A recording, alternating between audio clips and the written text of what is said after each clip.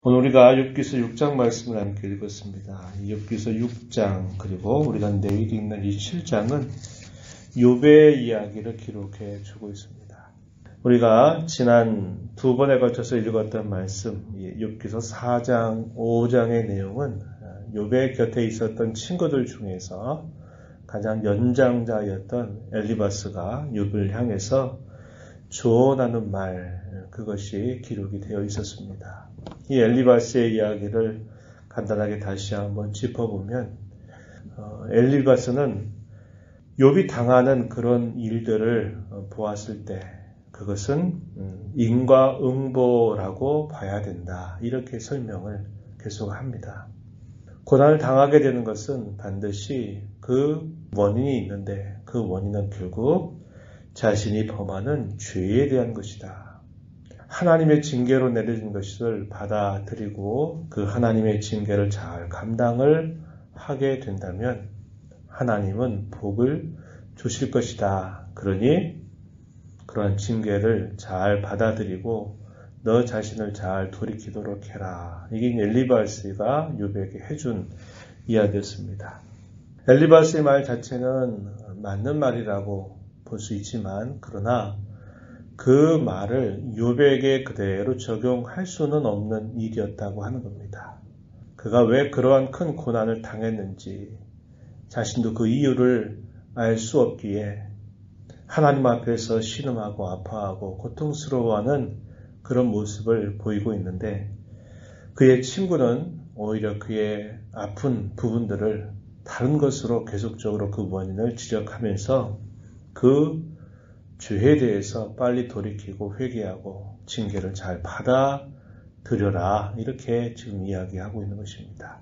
그 말을 들었던 욥이 이제 마침내 엘리바스의 이야기에 대하여 그가 하는 이야기, 그것이 6장과 7장 이렇게 기록이 되고 있습니다. 우리가 읽어가는 이 6장의 내용에서 크게 두 부분으로 나눠 본다면 이렇게 말할 수 있을 겁니다. 1절부터 13절까지 내용은 자신이 왜 이렇게 고통스러워하고 신음하고 아파하는가, 그것은 하나님을 향한 원망과 불평이 아니라 하나님을 향한 거절이 아니라 그것은 하나님께서 자신에게 주시는 이 이유를 알 수 없는 이 고통과 아픔이 너무나 크기 때문이다. 그것을 다시 한번 이야기해 주는 겁니다. 그리고 14절부터 마지막 절까지의 내용에서는 극심한 고통을 당하고 있는 자신, 그 이유를 자신도 알 수 있다면 그것이 납득이 되겠는데 그 이유를 알 수 없는 그런 일로 인해서 고통당하는 자신을 도리어 위로하지 않고 도리어 무정하게 대하는 그 친구들을 향해서 제발 나를 좀 바르게 좀 이해해달라고, 나를 바르게 알아달라고 한편으로는 항변을 하면서 그 친구들의 진정한 위로를 바라는 이 욥의 모습이 나타나고 있다는 것입니다. 우리가 이 말씀을 보면서 여러 가지 우리 인생에 대한 교훈을 깨닫는 가운데 있는데 그 중에 하나는 뭐냐면 다른 사람의 아픔을 공감하고 또 위로한다고 하는 것, 그것이 어떤 것인가 하는 것을 또 보게 되고, 또 한편으로는 우리가 사람이 살면서 큰 공경과 어려움을 당하게 될 때 욥이 가지는 이런 마음을 우리가 읽어가면서 우리가 과연 어떠한 자세를 가져야 될지 또 이 이야기들을 통해서 배워갈 수 있는 겁니다. 간단하게 그 결말을 이야기하자면 사람이 진정한 도움이 되지 못한다 하는 것입니다. 또 자신이 겪는 그 고난과 극심한 고통은 우리로 하여금 이 세상이 별것 아니라고 하는 것, 이 세상에 대한 집착을 우리로 하여금 끊게 해주는 그러한 유익도 우리에게 있다는 것을 우리가 배워볼 수 있다는 겁니다. 욥이 앞부분에서 말하고 있는 내용은 바로 그러한 내용들입니다. 먼저 자신이 얼마나 괴롭고 자신이 얼마나 죽음의 문턱 앞에 가까이 왔는지 그 아픔을 이렇게 비유적으로 설명을 하고 있습니다. 2절 말씀에 보시면은 이렇게 말합니다. 나의 괴로움을 바라보며 나의 파멸을 저울 위에 모두 놓을 수 있다면 바다의 모래보다도 무거울 것이다. 이렇게 그는 표현했습니다.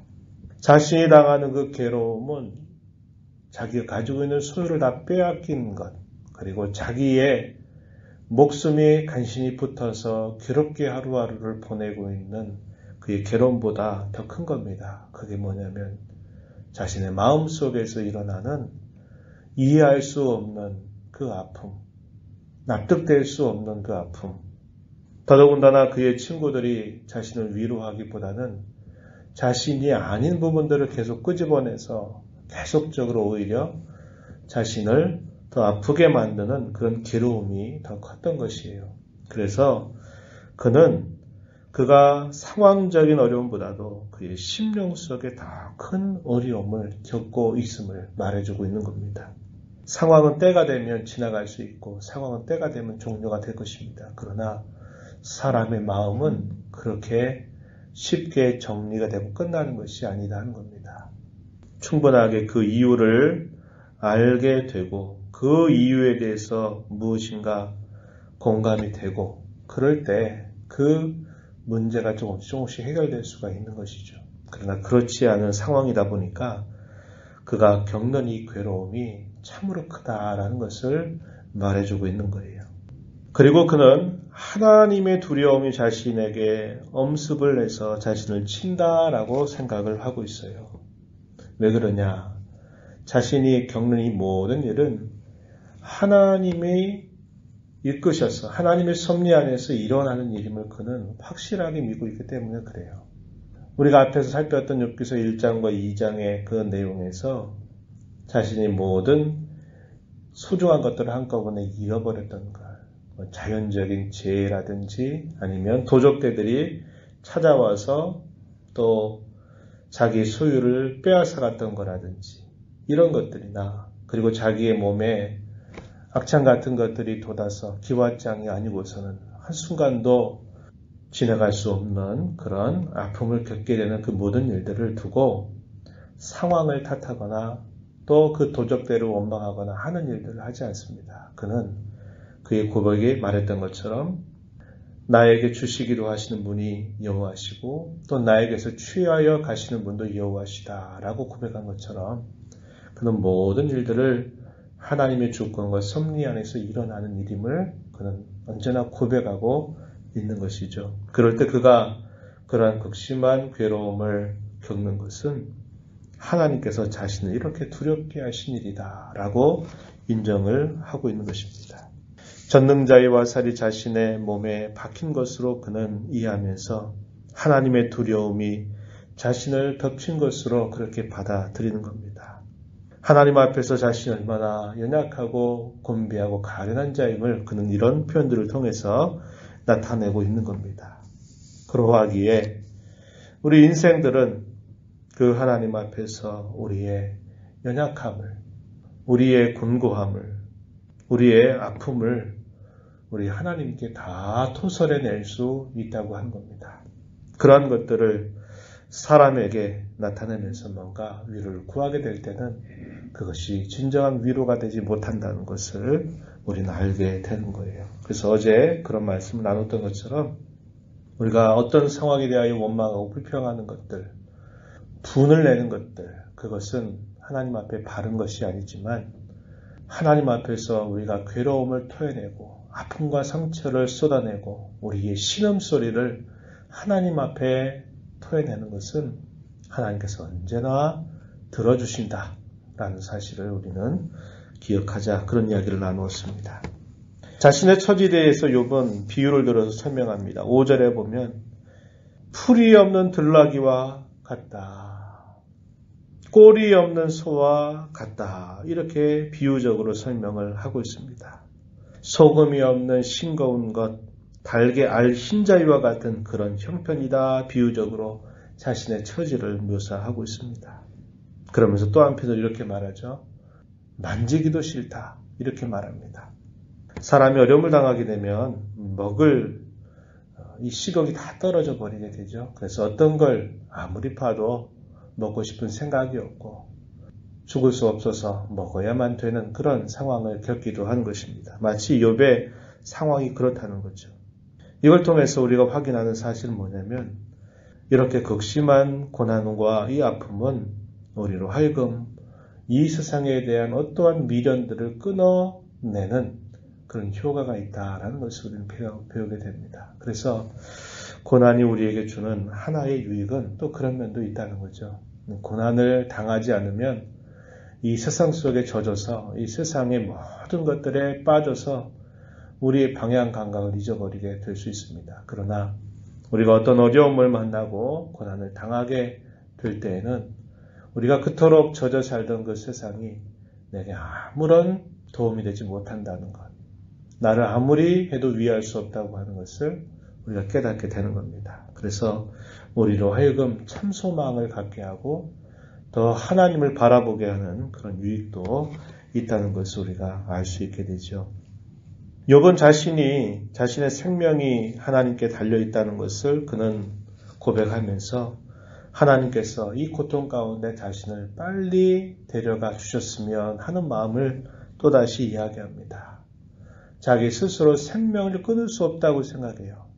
오늘 소위 말하는 자살이라고 하는 것 자체를 생각하지 않습니다. 자기의 생명이 태어난 것으로부터 그가 떠나가는 그때까지 그것은 전적으로 하나님의 손에 달려있다. 이렇게 인정을 하고는 내가 지금 살아있다고 하는 것 자체가 아무런 의미가 없는 것처럼 그것을 받아들이고는 빨리 자신을 데려갔으면 좋겠다. 이러한 마음을 표현하고 있습니다. 10절 말씀 가서 한번 보면은 이렇게 욥이 이야기를 합니다. 10절. 그러할지라도 내가 오히려 위로를 받고 그칠 줄 모르는 고통 가운데서도 기뻐하는 것은 내가 거룩하신 이의 말씀을 거역하지 아니하였음이라. 자신이 그 세월 동안 살아온 삶을 돌아볼 때 그는 언제나 하나님과 함께하는 삶을 살았습니다. 하나님과 교제하는 삶을 살았고 하나님을 경외하는 자로는 살아왔습니다. 그래서 자신이 그 고통 가운데서 차라리 죽더라도 차라리 그것이 낫겠다 이렇게 생각한 겁니다. 늘 하나님과 함께하는 삶을 살아왔기 때문이죠. 그리고 그는 그 죽음 앞에서도 그러한 소망, 죽음으로 모든 게 끝나지 않는다라고 하는 소망을 이런 고통 가운데서도 표현하고 있다는 것을 보게 됩니다. 우리가 이 땅에 살면서 늘 하나님과 함께하는 삶, 하나님과 동행하는 삶을 살아가는 것은 우리로 어떠한 위기나 어떤 시련 앞에 또 죽음의 위협 앞에서도 우리를 당당하게 해줄 수 있는 힘을 준다는 겁니다. 그러나 우리가 하나님의 뜻을 외면하고 살게 된다면 우리가 닥치는 그런 죽음의 위기 앞에서 우리는 두려워 떨 수밖에 없는 것이죠. 이것은 그의 행위가 완전해서라기보다는 그가 매일매일의 삶을 하나님과 함께 살아가고 있는 삶을 힘써가고 있기 때문에 그러한 것입니다. 그래서 죽음의 그 위협도 두려움을 느끼지 않는 것이죠. 그는 그 죽음 넘어서 하나님을 향한 소망을 여전히 가지고 있다는 것을 표현해주고 있는 것입니다.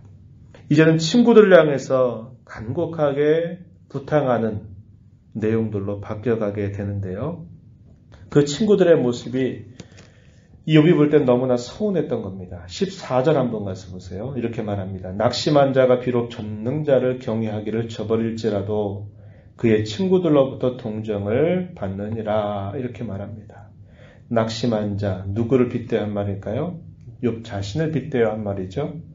그리고 전능자를 경외하기를 저버릴지라도 이 말은 자신이 하나님 경외를 저버렸다 이것을 인정하는 게 아니라 자신은 그렇지 않다는 거죠. 사탄은 이 목적을 가지고 욥을 말할 수 없이 공격을 한 겁니다. 욥을 이렇게 고난과 어려움으로 치게 된다면 그는 여호와 하나님 경외하기를 저버릴 것이다. 이걸 목표로 삼고서 공격을 했어요. 그러나 욥은 그런 게 아니었다고 하는 겁니다. 그러니까 실제로 그렇다는 게 아니라 혹여나 그럴 리가 없지만 그렇게 한다 하더라도 너희들은 나의 친구니 나를 좀 공감해주고 나를 동정해주는 것이 맞지 않느냐. 나의 편이 좀 되어주는 것이 맞지 않느냐. 이렇게 호소를 하고 있는 것입니다.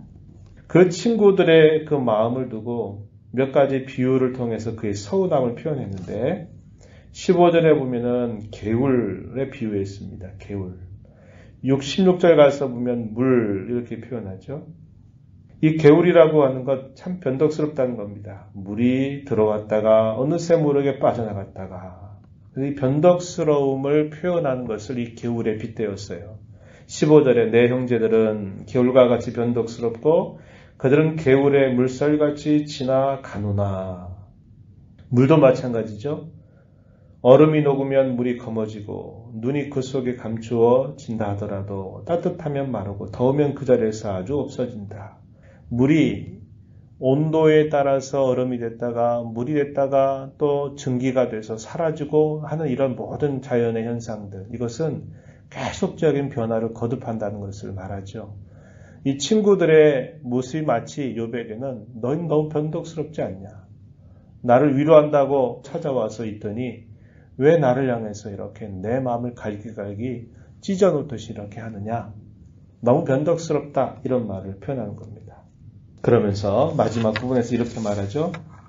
너희가 나를 가르쳐서 내가 뭘 잘못하고 있는지를 좀 깨닫게 해라. 그렇다면 내가 잠잠하겠다. 내가 그것을 받아들이고 인정하겠다. 이렇게 말합니다. 그러면서 나는 결코 거짓말을 너희에게 하고 있지 않는다. 내가 굳이 아닌 것을 긴 것이라고 나는 우기지 않는다. 나는 진실을 말하고 있다. 내 말을 좀 들어다오. 이렇게 친구들에게 부탁하는 이 욥의 모습이 나타납니다. 우리가 이 말씀을 보면서요. 아까 이야기했듯이 우리가 겪는 어려움과 역경이나 고난은 우리로 하여금 세상에 대한 미련을 끊어내는 효과가 있다는 거죠.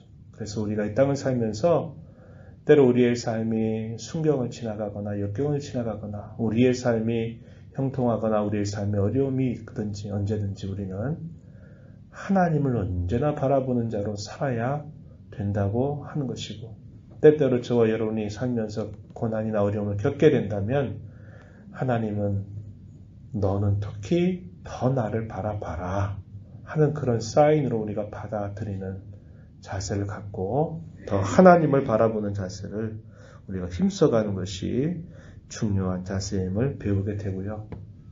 어려움들 속에서 진정한 도움은 사람이 될 수 없다는 것 우리가 다시 한번 생각을 해야만 합니다. 그래서 위로 계신 하나님만 바라보는 자세를 가져야 되겠다. 이런 다짐을 가지고 이 어려움의 때를 잘 이겨나가기를 다시 한번 바라고요.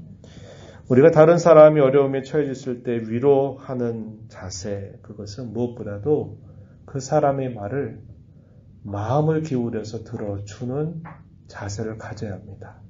욥이 여기서 말한 것처럼 자신의 말에서 어떤 꼬투리를 잡으려고 하는 잘못됐다고 생각하는 그 선입견이 있다 보니까 어떤 말을 들어도 이 친구들은 욥을 향해서 네가 이건 잘못한 거 아니냐, 인정해야 되지 않느냐라고 말하면서 계속적으로 그를 공격하는 모습을 보여주었다는 겁니다. 우리가 다른 사람이 처해져 있는 어려움을 우리가 위로한다, 그를 우리가 돕는다라고 할 때에는 마음을 기울이고 잘 들어주는 자세를 가져야 됩니다. 그리고 공감하는 자세를 가져주는 것이 대단히 중요하다는 거예요.